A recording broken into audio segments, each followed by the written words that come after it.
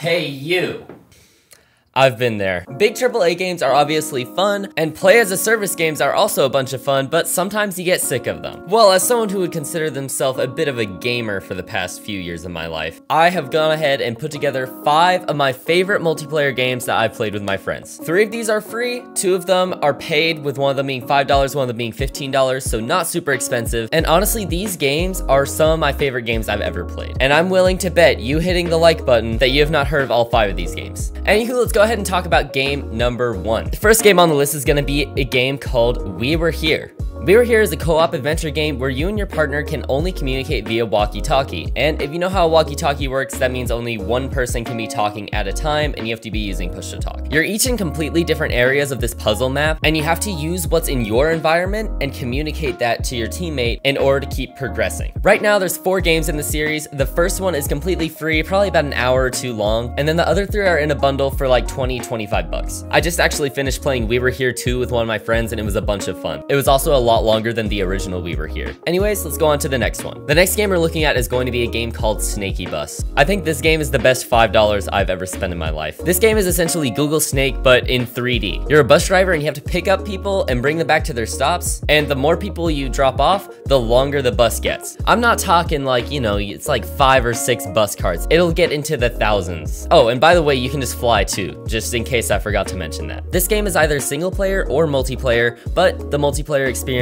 brings in a ton of fun power-ups when you compete with your friends to get the longest bus. Imagine a nice relaxing game of chess, but whenever you try to take an opponent's piece, you're now in the gulag from Call of Duty. FPS Chess is a free game on Steam where you play chess against random people or your friends. The big twist is whenever you try to take a piece or your opponent tries to take a piece, you actually physically battle it out piece versus piece. They all have their own original movesets, with pieces getting more overpowered as you get closer to the king. So while the pawn only has a single shot revolver, the queen can fly and has a minigun. This game is a bunch of fun and I would 100% recommend trying it out. If you've heard of all of the previous games, this is the one I can almost guarantee, that you have not heard of it. Escape Room: The Sick Colleague, or as me and my friends love to call it, Cranky College. This is a multiplayer escape room game made by I think like 1 or 2 people, and what's great about this game is it is not trying to be a super polished title. Things get buggy, the graphics look just a little bit off for some reason, but it really just gives this game a certain charm that I haven't felt playing any other game. I can't explain it. Right now there's 2 escape rooms out in the game with about an hour and a half, 2 hours each. It's completely free on Steam, and the best part is it's multiplayer. So if you enjoy escape rooms and you just want a little bit of a refresh from the general escape room genre and you want to try something a little more